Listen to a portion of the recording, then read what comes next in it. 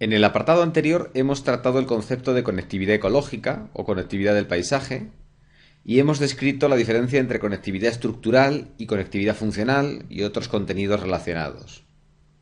Pero no hemos tratado explícitamente los motivos por los que la conectividad tiene o debe tener un papel protagonista en gestión y conservación. Hay un amplio consenso en los niveles científico, político y de gestión en que la conectividad ecológica es fundamental para la conservación de la biodiversidad. Pero, ¿por qué es importante la conectividad? Por varios motivos. Algunos de estos motivos ya los hemos tratado implícitamente al hablar sobre los efectos de la fragmentación anteriormente en el curso. Recordemos cuáles son las consecuencias de la fragmentación, que son principalmente tres. Una de ellas es el posible aislamiento de los parches de hábitat resultantes de esa fragmentación. ¿Qué efectos negativos puede tener el aislamiento de un parche para las especies que habitan en ese parche?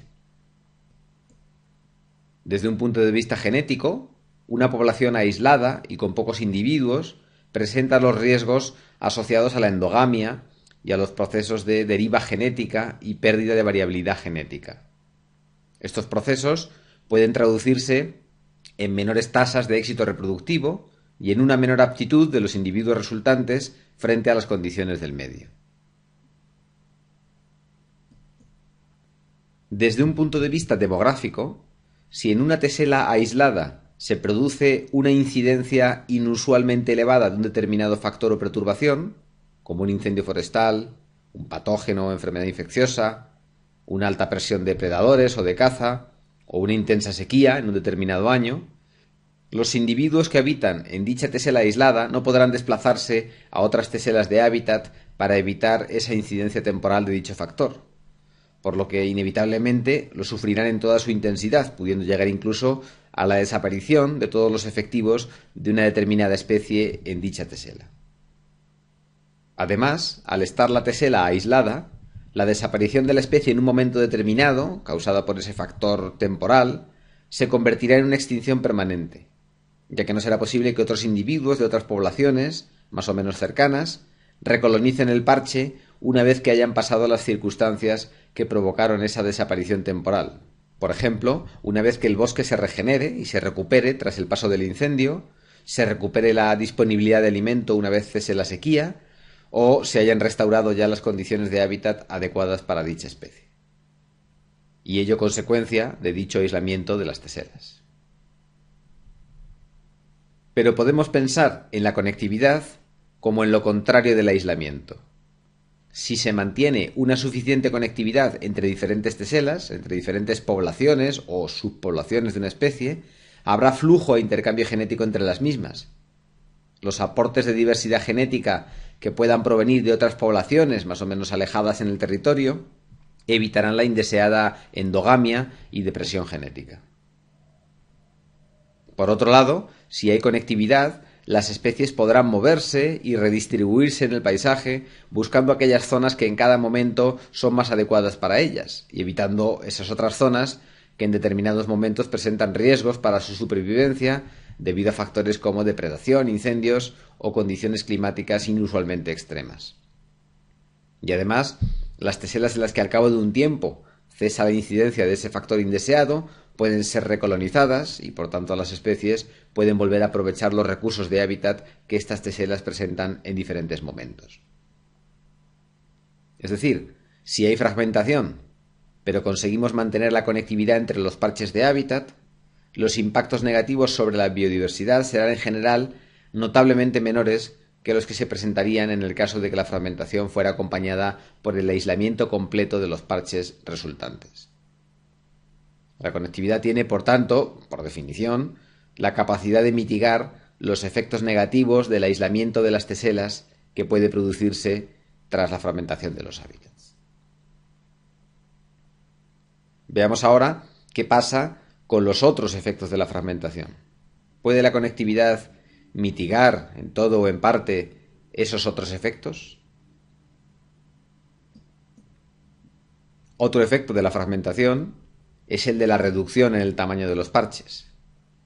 Los pequeños parches, las pequeñas teselas resultantes de la fragmentación, si además se encuentran completamente aislados unos de otros, si no hay ninguna conectividad entre las diferentes teselas, pueden, por sí solos, ser insuficientes para acoger poblaciones estables, viables a medio o a largo plazo para muchas especies, como decíamos en el apartado anterior en el que tratábamos los efectos de la fragmentación.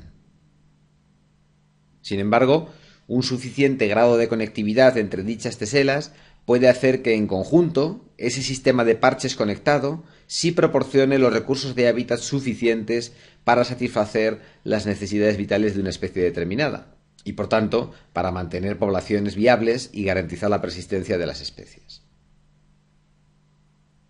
Se pueden establecer entonces metapoblaciones, es decir, poblaciones de poblaciones, conjuntos de poblaciones, múltiples poblaciones locales en cada tesela que están conectadas entre sí por procesos de inmigración y emigración. Las poblaciones locales en cada tesela serían insuficientes para mantenerse por sí mismas durante largo tiempo si estuvieran aisladas, pero el conjunto de poblaciones, la metapoblación, puede ser más estable y persistir. El conjunto de la metapoblación puede compensar las fluctuaciones o extinciones locales que pueda haber en algunas teselas con los incrementos poblacionales o colonizaciones en otras teselas. Es decir, la conectividad puede reducir, en parte, los efectos negativos de la reducción en el tamaño de las teselas. El perjuicio de un menor tamaño de tesela se puede aminorar si las diferentes teselas están conectadas entre sí y forman parte de un complejo conectado que en conjunto puede presentar suficiente extensión y suficientes recursos de hábitat para una determinada especie. Y el tercer tipo de efecto que puede tener la fragmentación, como decíamos anteriormente, es el efecto borde. Cuanto más fragmentado está el hábitat y más pequeñas van siendo sus teselas, más proporción de la superficie del hábitat está expuesta a ese efecto borde, con los posibles efectos negativos en muchas especies sensibles a ese efecto borde. En principio, la conectividad no reduce ni puede mitigar el efecto borde. Si las zonas de borde de una determinada tesela son inadecuadas para una especie, lo seguirán siendo aunque esa tesela esté conectada a otras. La conectividad podrá ayudar a que una especie se desplace de una tesela pequeña, afectada por completo por el efecto borde, a otra mayor con suficiente área interior para la especie, pero no reducirá por sí misma la superficie de hábitat que en el conjunto del paisaje está afectada por dicho efecto borde. Si todo el hábitat en un paisaje fragmentado está afectado por el efecto borde, como en el ejemplo de la figura de la derecha, y esas zonas de borde son inadecuadas para la especie desaparecerá por completo del paisaje por mucha conectividad que exista entre las teselas. En resumen, una de las principales razones que hacen importante a la conectividad es su capacidad de mitigar una parte significativa de los efectos negativos de la fragmentación de los hábitats sobre las especies. En muchas partes del mundo, los hábitats presentan, como sabemos, un elevado grado de fragmentación, y esta fragmentación puede continuar aumentando en el futuro. A buen seguro que la fragmentación continuará ocurriendo en muchas regiones. Y ello hará que siga siendo importante, o que cada vez sea más importante, prestar atención y favorecer la conectividad de estos hábitats fragmentados. Además, obviamente, de reducir en lo posible los propios procesos de pérdida de hábitat y fragmentación.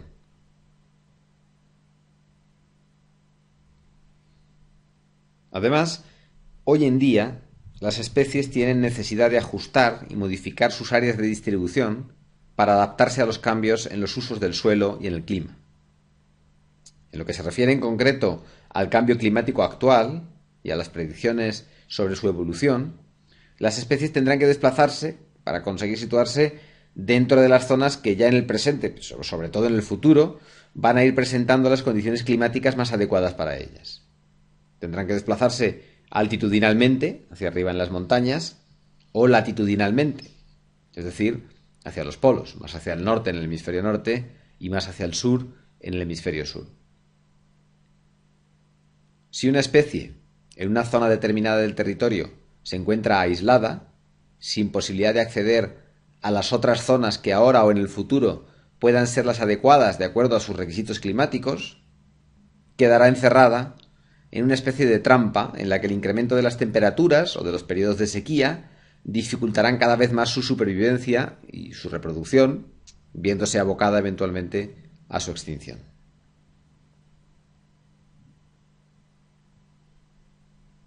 El cambio climático que se está produciendo en estos momentos no es desde luego el primero. Ha habido muchos cambios climáticos a lo largo de la historia de nuestro planeta. Pero este cambio climático presenta algunas singularidades, algunas particularidades que no se han presentado en cambios climáticos anteriores. Aparte de la gran velocidad de este cambio climático, la novedad es que las especies tendrán que adaptarse al cambio climático actual, haciendo frente al mismo tiempo a una intensa modificación humana de la superficie terrestre. A una modificación de la superficie terrestre que posiblemente no tiene precedentes en la historia de nuestro planeta. Para alcanzar sus nuevas zonas climáticamente óptimas, las especies tendrán que moverse a través de paisajes y territorios con cubiertas y con usos del suelo muy diferentes de los que existirían en condiciones naturales y que pueden ser inhóspitos para acoger esos movimientos de las especies. Por tanto, dependiendo del grado de conectividad ecológica que se conserve o que se restaure en el territorio, las especies podrán o no podrán realizar esos necesarios reajustes y cambios en sus áreas de distribución. Y por tanto, dependiendo del grado de conectividad, las especies podrán o no adaptarse a dicho cambio climático. Se podrán o no minimizar, se podrán reducir en mayor o menor medida los impactos del cambio climático en la biodiversidad. En definitiva, y por las razones apuntadas, la conectividad ecológica es fundamental para la persistencia actual y futura de las especies y para la conservación de la biodiversidad en su conjunto. Esto ha sido puesto de manifiesto en multitud de investigaciones científicas durante las 2 últimas décadas, podemos decir, en un campo de creciente actividad investigadora en el que de manera continua se vienen realizando, de hecho, nuevas aportaciones. Sería imposible repasar aquí todas ellas por su gran número y complejidad, pero sí vamos a destacar algunos estudios concretos que se consideran especialmente interesantes o ilustrativos de los efectos de la conectividad y de algunos conceptos importantes relacionados. Como decíamos en un apartado anterior, la conectividad se puede fomentar mediante corredores alargados y continuos que conectan físicamente los parches fuente y destino, o de otras maneras más difusas, como a través de matrices permeables o de teselas puente o stepping stones. El primero de los estudios que vamos a abordar se centra en concreto en corredores, que es la manera, podemos decir, conceptualmente más clásica de proporcionar conectividad y también, por tanto, en la que más estudios se han centrado sobre sus efectos y, como veremos más adelante, también más discusión sobre sus ventajas y posibles limitaciones. El primer estudio corresponde a una investigación realizada en Carolina del Sur, en Estados Unidos, concretamente en paisajes dominados por pinares de Pinus palustris y Pinus taeda. Decíamos al inicio del curso que una de las principales limitaciones para la investigación en ecología del paisaje es la dificultad de manipular experimentalmente los paisajes. Pues bien, hay excepciones, y este estudio es una excepción especialmente valiosa. En este estudio se manipularon y modificaron estos paisajes específicamente para valorar los efectos de la conectividad, o de la falta de ella, sobre las especies. A principios del año 2000 se cortaron parte de las masas de pinar, creando 5 claros de 1 hectárea cada uno. Son los 5 claros que se muestran en las imágenes, la de la izquierda en color natural y la de la derecha en infrarrojo color, pero ambas correspondientes a la misma zona y al mismo experimento. Uno de los claros estaba situado en el centro y los otros 4 claros eran periféricos, situados alrededor del central. La principal diferencia entre ellos es que uno de esos 4 claros periféricos estaba conectado al claro central mediante un corredor, mientras que los otros 3 claros periféricos no contaban con ese corredor, estaban separados por pinares del claro central. El corredor tenía 150 metros de largo y 25 metros de ancho, para que nos hagamos una idea de la escala de este experimento. Esta distribución de 5 claros se repitió en 8 paisajes distintos, 8 zonas diferentes dentro de estos pinares, 8 réplicas, si queremos, desde el punto de vista estadístico, en las que se aplicó el mismo tratamiento para poder evaluar si los efectos detectados eran o no estadísticamente significativos. Obviamente en este estudio se evaluó la conectividad entre los espacios abiertos. Los parches o teselas de hábitat son los claros recién cortados y no las masas de bosque. Es evidentemente más fácil, dentro de la complejidad que lleva un estudio de este tipo, crear un hábitat consistente en claros dentro de un paisaje arbolado ya establecido, lo cual puede lograrse de manera, digamos, inmediata, que tratar de crear teselas de hábitat arbolado en un paisaje deforestado, por el tiempo mucho más largo que llevaría que tras la siembra o la plantación se estableciera un arbolado con suficientes dimensiones y desarrollo estructural como para poder evaluar los efectos correspondientes en un experimento de este tipo. Existen muchos artículos derivados de este experimento, aunque aquí nos centraremos en los resultados que se presentan en los artículos publicados en los años 2002 y 2006 en las revistas PNAS y Science. En el mismo año 2000, tras la creación de los claros, y también en los años siguientes, se hicieron inventarios de las especies de plantas que se iban estableciendo en uno y otros claros. Y también se hicieron otros experimentos y seguimientos. Por un lado, se capturaron y se marcaron mariposas de especies autóctonas que fueron liberadas en la tesela central, en el claro central, evaluándose posteriormente, mediante recaptura, cuántas de ellas llegaron a unas y otras teselas periféricas. También, para estudiar la dispersión de polen, plantaron plantas macho en la tesela central y plantas hembra en las teselas periféricas. Las plantas eran de especies cuyo polen se dispersa a través de insectos. Controlaron que no hubiera otras fuentes de polen, otras plantas macho en el entorno, y evaluaron cuántas de las plantas hembra en cada uno de los parches periféricos fructificaban, o lo que es lo mismo, cuántas de ellas habían recibido polen dispersado por los insectos desde la tesela central. También estudiaron la dispersión de semillas, en este caso dispersadas por aves frugívoras. Para ello, pusieron ramas con frutos marcados en la tesela central e instalaron trampas de semillas en las teselas periféricas, para ver cuántas de estas semillas eran dispersadas desde la tesela central por las aves correspondientes.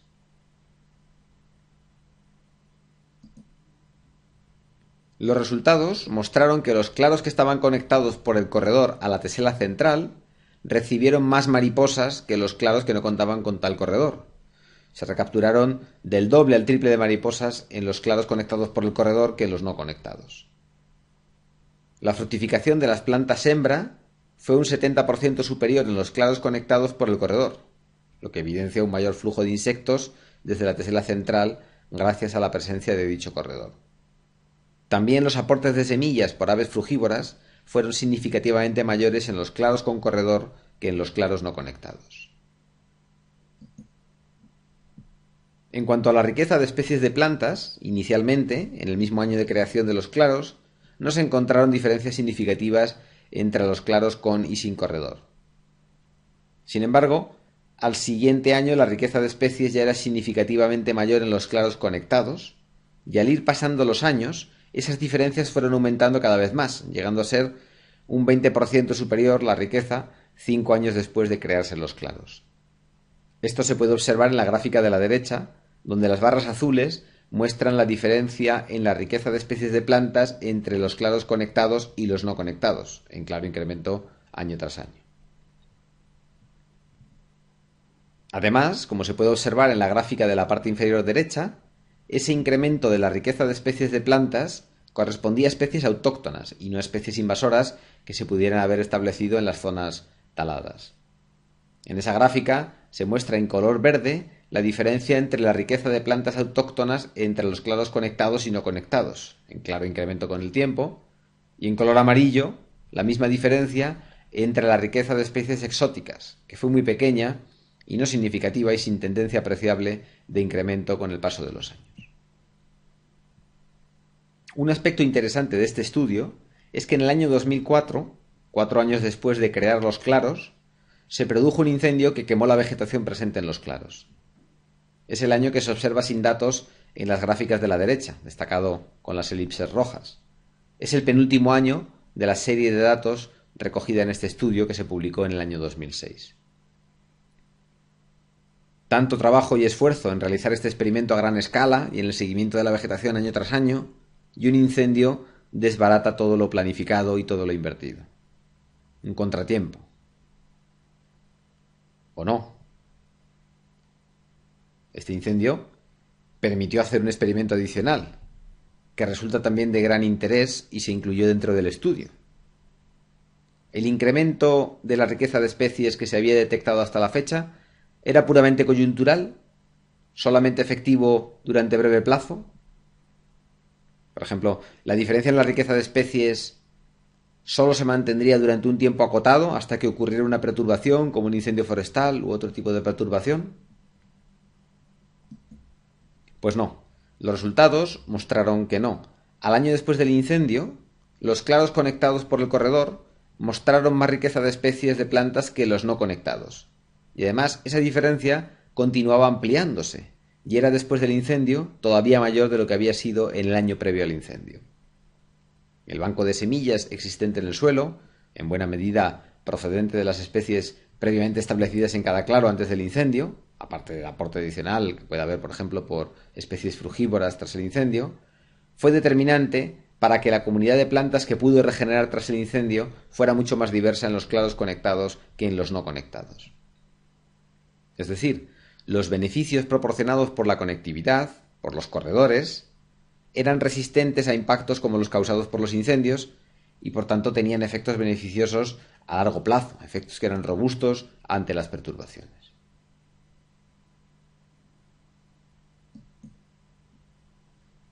Este estudio indica también que se establecen unos efectos aditivos o sinérgicos entre los procesos fomentados por la conectividad. La mayor presencia de insectos polinizando a las plantas en los claros conectados atraería a otras especies como las aves insectívoras. La mayor polinización da lugar a más fructificación de las plantas y por tanto da lugar a un mayor establecimiento de mamíferos o aves frugívoras que a su vez pueden depositar semillas de otras plantas, etc. De unos pocos procesos favorecidos directamente por la conectividad en los primeros momentos, las relaciones establecidas a través de las cadenas tróficas y otras interacciones entre especies van amplificándose y haciéndolos más notorios con el transcurso del tiempo.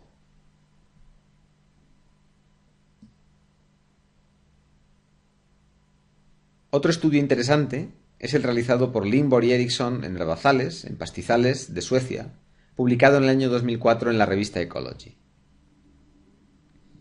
El estudio se centró en teselas de herbazales que se muestran en color negro en la figura para una parte del área de estudio y pretendía explicar por qué unas teselas presentaban mayor riqueza de especies de plantas que otras. Entre los posibles factores explicativos de dichos patrones de riqueza podrían estar, por ejemplo, el tamaño de la tesela o, lo que ahora nos interesa, la conectividad. La conectividad de una tesela con otras teselas de pastizal. La hipótesis sería que las teselas mejor conectadas presentarían mayor riqueza de especies que las teselas peor conectadas, las teselas aisladas de todas las demás. Sin embargo, cuando realizaron ese análisis, encontraron que no había ninguna relación significativa entre la riqueza de especies y la conectividad de las teselas en el paisaje. Podrían haber finalizado ahí el estudio con esa posible conclusión. Pero contaban con una información adicional, que raramente está disponible en un estudio de este tipo, pero que sí que lo estaba en este caso. Contaban con mapas fiables de la distribución de estos pastizales en el pasado, hace 50 y hace 100 años.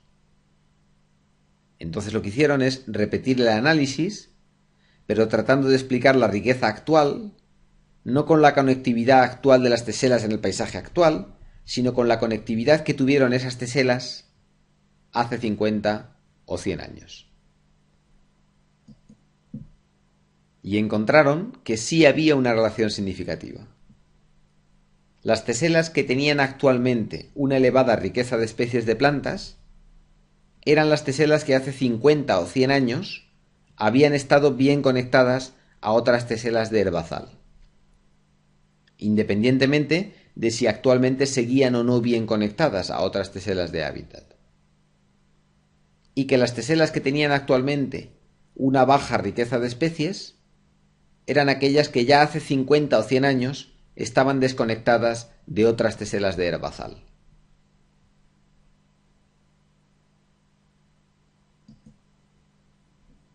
¿Qué nos indican estos resultados? Que existe lo que en ecología se llama una deuda de extinción. La deuda de extinción consiste en un retardo, un desfase temporal entre el momento en el que se produce un cambio en el paisaje, en este caso la pérdida de conectividad, y el momento en el que se acaban manifestando los efectos de esa pérdida de conectividad sobre la biodiversidad. Cuando una tesela se queda aislada, las especies de plantas que contiene no desaparecen de manera inmediata.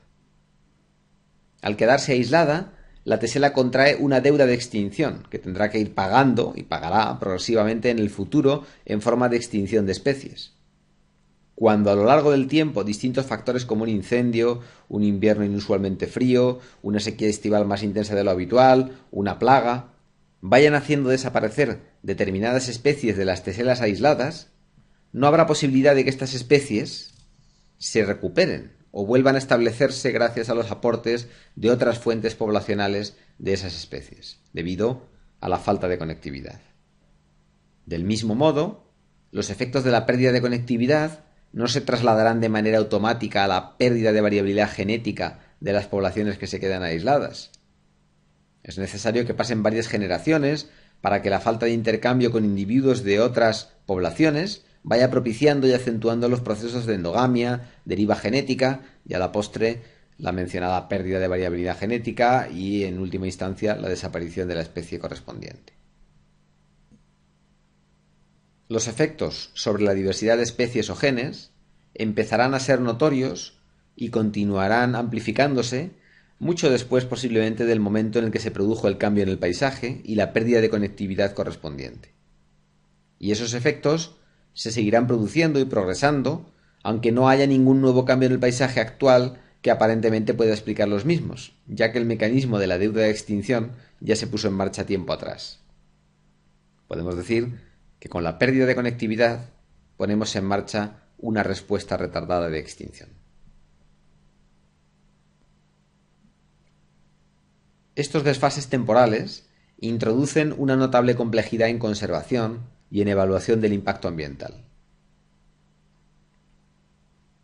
Imaginemos, por ejemplo, que para evaluar el impacto ambiental de una autopista se realizan censos de la flora y la fauna a ambos lados de esa autopista, poco antes y poco después de la construcción.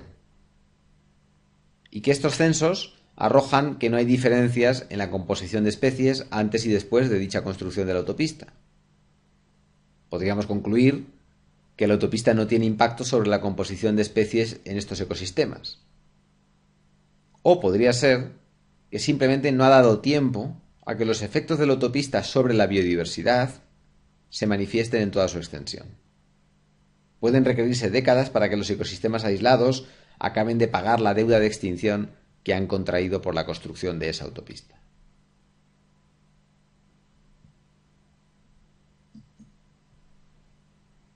La buena noticia es que, desde el punto de vista de la restauración de hábitats o ecosistemas, estos desfases temporales nos dan tiempo para poder corregir los impactos de un determinado cambio en el paisaje, antes de que las consecuencias de ese cambio se hayan trasladado por completo a los ecosistemas afectados.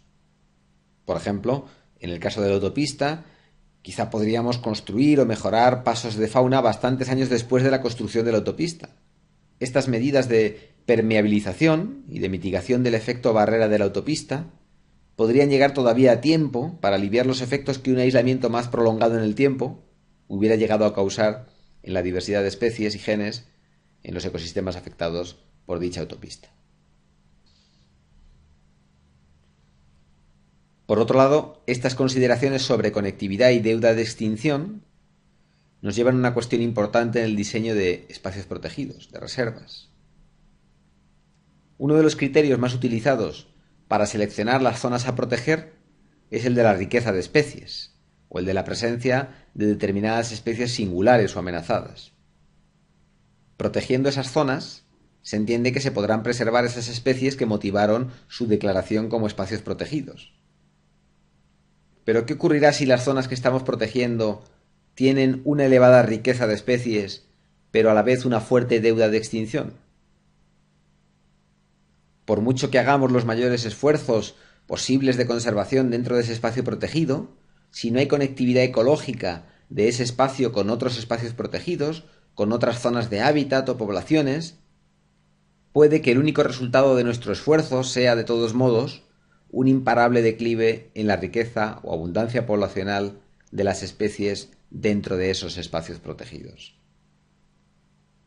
Sin conectividad, los esfuerzos de conservación dentro de espacios protegidos aislados pueden ser en vano. Es por este motivo que se está prestando cada vez más atención a la conectividad ecológica entre espacios protegidos, a que los espacios protegidos puedan funcionar como una verdadera red ecológica con posibilidad de intercambio de individuos y genes entre ellos. Ya no se considera apropiado o válido declarar zonas que localmente pueden albergar una elevada biodiversidad si no se garantiza o promueve la conectividad entre ellas. Es el caso, por ejemplo, de la Red Natura 2000 en Europa y de otras redes de espacios protegidos en otros países y continentes. En este sentido, es interesante destacar un estudio publicado en el año 2012 en la revista Nature por William Lawrence y colaboradores. En este artículo se analizan los factores causantes del declive en la biodiversidad de los espacios protegidos en zonas tropicales de todo el mundo. Se analizaron un total de 60 espacios protegidos en diferentes países, los que se muestran en la figura de la derecha, y la mitad de estos espacios protegidos presentaba fuertes declives en su biodiversidad durante los últimos 20 o 30 años.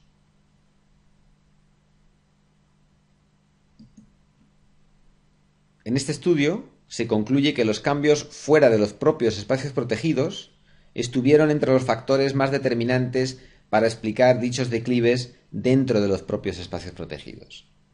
Y ello incluye la intensificación y modificación del territorio que rodea los espacios protegidos, generalmente para usos agrícolas, ganaderos, industriales o urbanos en algunas zonas, que hace cada vez más difícil el movimiento de las especies fuera de los espacios, y que acentúa en definitiva el aislamiento y la pérdida de conectividad de esos espacios protegidos.